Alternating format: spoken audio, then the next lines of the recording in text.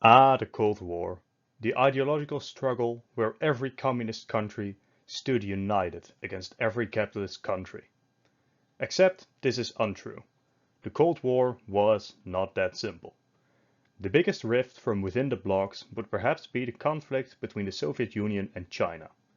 When the Soviet Union moved away from Stalinism, this conflict developed over which side had the true communism and which side was completely wrong about the correct practical implementation of Marxism and international politics. What if this Cold War within the Cold War went hot, and the Soviet Union and China went to war? Let's dive in. Now, what was the Sino-Soviet split about? Well, it was essentially China's chairman Mao Zedong disagreeing with several aspects of Soviet policy. Khrushchev denouncing Stalinism marked a rift in the internal interpretation of Leninism within the two nations. But the death nail, in my opinion, was the Soviet Union's foreign policy.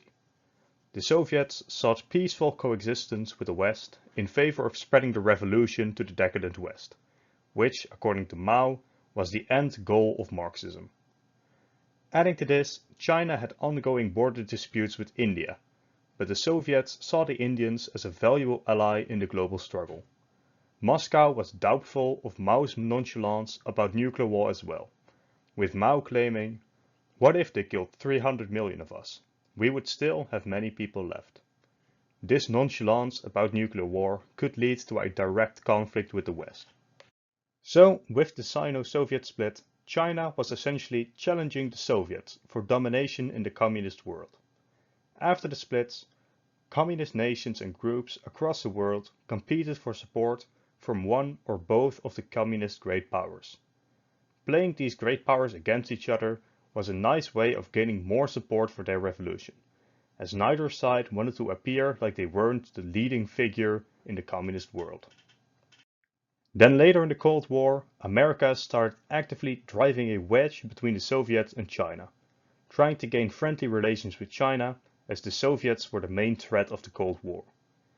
The Americans used the Chinese to drive a wedge from within the communist world, and as a result of this, the idea of a huge, united red menace of communism died out, lessening the communist scare as the most populous nation on Earth was no longer firmly on the same side as the Soviet Union. Eventually, these minor disputes escalated into military border conflicts between the two sides. Despite being part of the joint communist bloc, both sides had huge military presences on either borders, ready for any escalation. This reached its peak with the battle for Zhenbao Island, where the Chinese attacked the Soviet-occupied island in Manchuria. And this wasn't just some small, unimportant skirmish, but it was a fight where 100 people died. Historians generally agree that this battle was a premeditated attack by the Chinese, perhaps hoping to quickly overrun the Soviet position and having the Soviets just shrug and allow the island to remain Chinese. But this is not what happened. Both sides built up larger armies on the border as the island went back and forth between the two nations. Eventually, diplomacy won out as Mao backed down and de-escalation won the conflict. But what if, in an alternate timeline, this conflict went hot? With the armies lined up, neither side wants to back down over the island. As Soviet soldiers die, fervor for war increases, and calls for a full invasion increase. Escalation upon escalation results in Soviet tanks striking over the Manchurian and Mongolian borders into the Chinese heartland in the north, while diversion attacks keep the Chinese busy in Xinjiang. Full-scale war is upon us. Before we address the chances of military success, let's discuss the nuclear threat. China was, at this point, a nuclear power. Would they have resorted to using these nuclear weapons? I doubt it.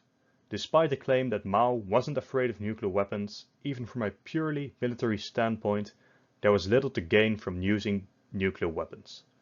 China had, at this point, at most 80 nuclear warheads, with only shaky ways of delivering these warheads to their targets. While these could still be significant on their own, they simply couldn't stand up to the tens of thousands of nuclear weapons the Soviets had at this point. despite the claim that 300 million Chinese dead would still leave many left, a full-scale nuclear war between the two would leave China pretty much non-existent, while dealing crippling damage to the Soviet Union. For the ease of still having a scenario after this war, we are going to assume China is reasonable and doesn't go for the nuclear option. Similarly, the Soviets don't seek to destroy China as a concept, but they want them to get them into line, like they did to the Eastern Bloc. As long as China doesn't use nukes, the Soviet Union doesn't either. Of course, it is still possible that it happens, but for the sake of this scenario, we are going to assume that it doesn't. Now, diplomatically, which sides would the West take? If you asked me a couple of years later, in 1972, I might say that the West would be sympathetic to the Chinese cause. But the rapprochement between America and China hadn't happened yet when this war kicks off in 1969. In fact, this invasion is exactly what the West tried to accomplish just a couple years earlier. Before the Chinese became a nuclear power, America sought to sway the Soviets into a joint invasion to ensure China remained a non-nuclear power. In essence, the situation for the West in 1970 is a Cold War with both China and the Soviet Union. But currently only one of them is a major nuclear power ready to destroy mankind. At this point, there is no stopping the Soviet Union. They will never stop being a nuclear power. But by at least unofficially supporting the Soviet Union, America would gain a possibility to prevent China from becoming a nuclear power as well. Then the other communist nations pretty much all align with the Soviet Union. The only communist states to support China over the Soviets were Albania and Somalia, no real military powerhouses. Most importantly, Mongolia was on the Soviet side, which gave the Soviets a much more preferable front line over the Chinese. Now, I'm not a military historian and I will not pretend to be. But looking at the military spending of both sides, it's not even close. The Soviets were spending pretty much 1/5 of their GDP on their military budget, while at the same time having a much larger GDP than the Chinese at the time. Chinese numbers are harder to find, but they are incomparable to the Soviet military spending. The Chinese do have the home advantage and a lot more population to throw into the meat grinder, but the Soviet edge in tank and air forces would be the decisive factor in the Chinese flatlands. The Chinese might still attempt guerrilla tactics against the Soviets, but the geography in China is not entirely favorable for this kind of warfare. The military overmight would be clear from the start. In a dragged out conflict, the Chinese would eventually wear down and lose control over at least the northern heartland. This is not to say that the Soviets had the capability to just march all the way down to the south. And Mao wouldn't want to surrender and might even want to resort to using nukes. But eventually, the rest of the Chinese government blames Mao for this disastrous war and removes him from office. Eventually, China surrenders to the Soviet Union. So, what does the Soviet Union do with the defeated China? This is obviously very hard to say, but China would become much like the Eastern Bloc states in Europe, controlled by rulers which aligned with the Soviet style of communism. It also seems likely that the Soviets try to somewhat weaken China, just in case another Chinese government rises to power in Asia and tries to contest the Soviet domination. Fact is that compared to a nation like Poland, the 800 million Chinese are going to be a lot harder to keep loyal. Forming some other people's republics of smaller ethnicities within China would serve to weaken the larger Chinese states by stripping land and people away. An enlarged Tibet, Xinjiang, Manchuria, Mongolia, and perhaps a Thai state in the south would be established by the Soviet Union.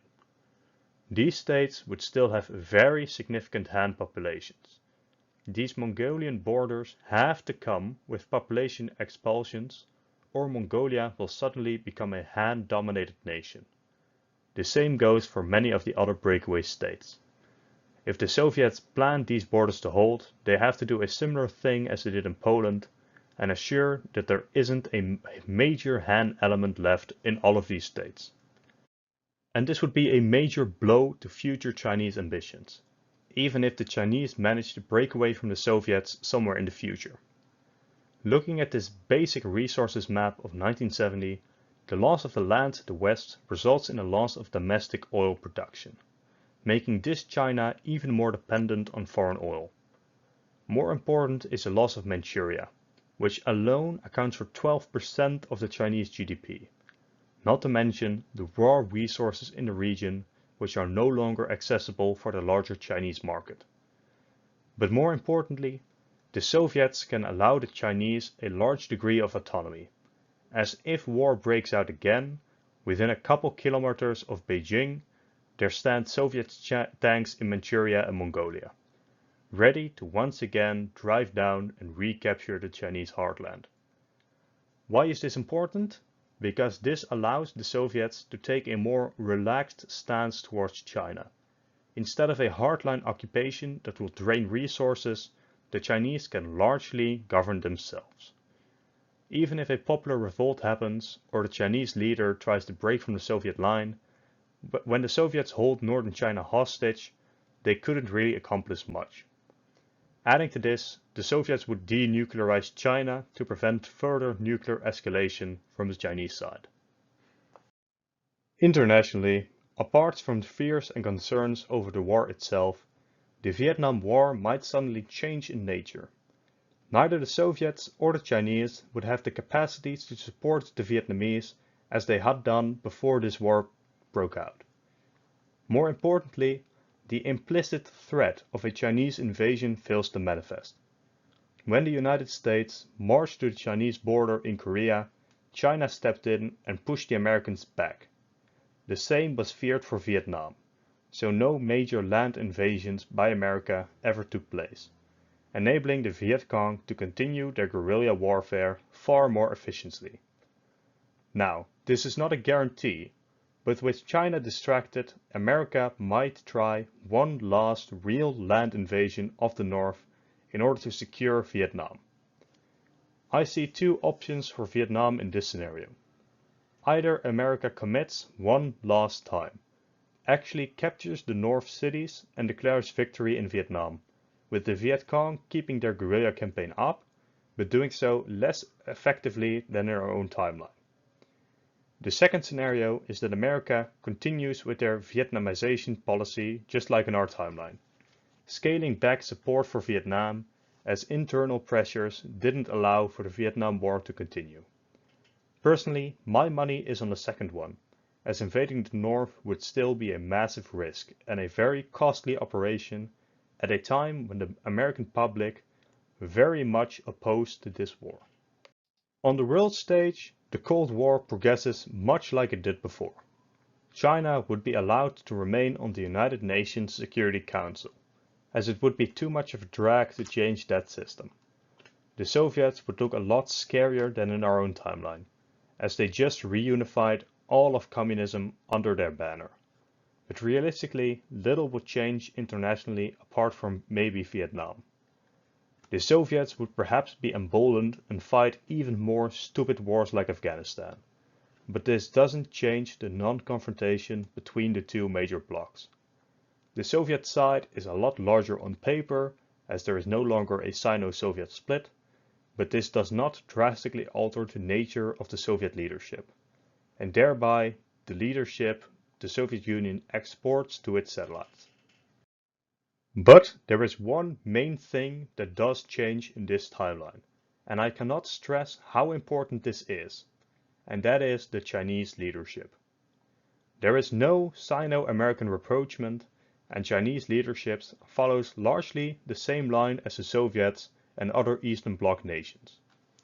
Instead of, arguably, their greatest leader in Deng Xiaoping, who ushered in a period of great economic growth, and in my opinion set China down to the road to becoming the world power it is today, the Chinese would join the Soviets in having hardline communists who wouldn't want to hear of economic liberalization like Deng Xiaoping did.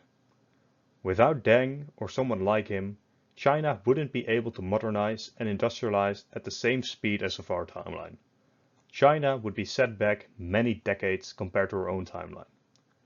China would be much like India in terms of economic growth. China would probably still be slightly ahead of India, but not have the massive boom we saw in our own timeline during the 80s and 90s. Stay tuned, as this will have massive ramifications for the future. But then, around 1990, we still have the collapse of the Soviet Union, much like in our own timeline. I don't see a change in leadership from within the Soviet Union that would be able to prevent this thanks to the Sino-Soviet War. If anything, the Soviet line is emboldened, as internal competition from the other major communist power has fell off. The fall of the Soviet Union would progress largely like it did in our own timeline, with the Soviets breaking up and their satellites also shaking up their political system, as the military force that kept them in place has just disappeared, and their shackles are now gone. But there is one major difference. Again, China. There are two main reasons that in our own timeline China remained communist, while the rest of the Soviet bloc collapsed. The most important reason is the economic growth that was experienced in China. The Chinese government and Chinese people were in a great economic spot, which didn't look like it would be slowing down anytime soon. This meant that there simply wasn't as much internal discontent against the central government. Adding to this, China didn't have the massive ethnic minorities like the Soviets had, meaning there was less of a nationalistic push for self-determination. Now, adding to this, we have the Chinese leadership who wasn't directly tied to the Soviet Union, in comparison to the leaders of Eastern Bloc nations who were in power only because the Soviets willed it. The Chinese were fully politically independent and therefore didn't suddenly lose their only political backer. In this timeline, both things are different. China hasn't grown this drastically yet economically, but instead they have joined the other Eastern Bloc nations in economic stagnation, meaning there isn't the massive economic argument for political continuation of the Communist Party, leading to a lot more angry people on the streets. But more importantly is that much like other Soviet satellites, the rulers were only in power because they didn't piss the Soviets off enough that the Soviet tanks would cross the border. Much like the other Eastern Bloc states, the population of China would seek to oust the Soviet puppet regimes and install a new regime in the country. What this would look like would be extremely hard to predict, but I assume that they follow most other Eastern Bloc nations in at least pretending to become a democracy. But obviously, I cannot in good conscience make a call about the future of this Chinese government. Maybe the government in Taiwan is reinstated all over China. Maybe a separate democracy takes over. Maybe an autocracy seizes power. I simply cannot say. Now, with the breakup of the Soviet Union, I cannot tell you what happens to these newly freed Chinese states. For Tibet, Mongolia, Xinjiang, and the Thai state in the south, it mainly depends on the government in China itself and their surrounding nations. I believe that these nations would not desire reunification with China, and they would seek outside support to achieve this independence. Mongolia and Xinjiang would attempt to remain close with Russia, possibly joining post-collapse Soviet organizations like the CSTO for their own military protection. The Thai state in the south would be largely isolated, only bordering Myanmar and Vietnam. If China wanted to, it probably could reconquer this Thai state. Tibet would seek protection from both India and Russia. India itself also doesn't want to see a resurgent in China, so India might very well provide protection for Tibet. If China moves on one of these nations after they clear up their own internal issues, all the other nations will become threatened and try to secure their position under the wing of a great power. This alternate China wouldn't have the strength to fight them all back into submission. So essentially, my best guess is that Tibet, Xinjiang and Mongolia remain independent. The Thai would be the easiest to reconquer due to the lack of significant neighbors acting in their defense. So if there is a irredentist Chinese government claiming that they want to return all of the lost land, then this Thai nation might be the first to fall. Adding to this, I don't see Manchuria remaining independent. The Manchu people are the closest to the Han compared to the other ethnic groups that left China, and the Han population in Manchuria would have been so large that there is no way the Soviets could have simply sent them all back on a train to China. Manchuria, Taiwan and China might peacefully reunite, depending on what government ends up in Beijing. So, to conclude, how does this new world look beyond these border changes? Well, we have an extremely crippled China compared to our own timeline. With the right leadership, they could still develop extremely quickly economically, but they would have begun decades later. India and China would be on relative parity, and the world would watch which of these two population giants would successfully manage to harness this population over the rest of the world.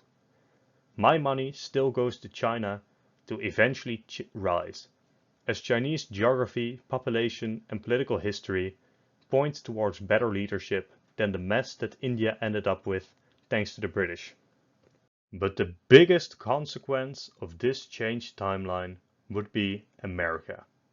We often speak of a multipolar and unipolar world, which essentially means whether there are multiple or only one world power. After the Cold War, we only had one more great power left, America.